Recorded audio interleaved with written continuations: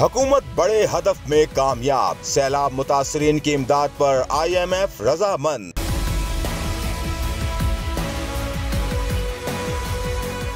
आलमी मालियाती इदारे ने पाकिस्तान में सैलाब मुतासरीन के लिए इमदाद पर रजामंदी जाहिर कर दी। तर्जुमान वजारत खजाना के मुताबिक वफाकी वजीर खजाना इसहाक डार की IMF के Pakistan mission chief northern porter से वर्चुअल मुलाकात हुई। मुलाकात में IMF के जारी करदा प्रोग्राम पर पेशरफ्त पर तबादला ख्याल किया गया।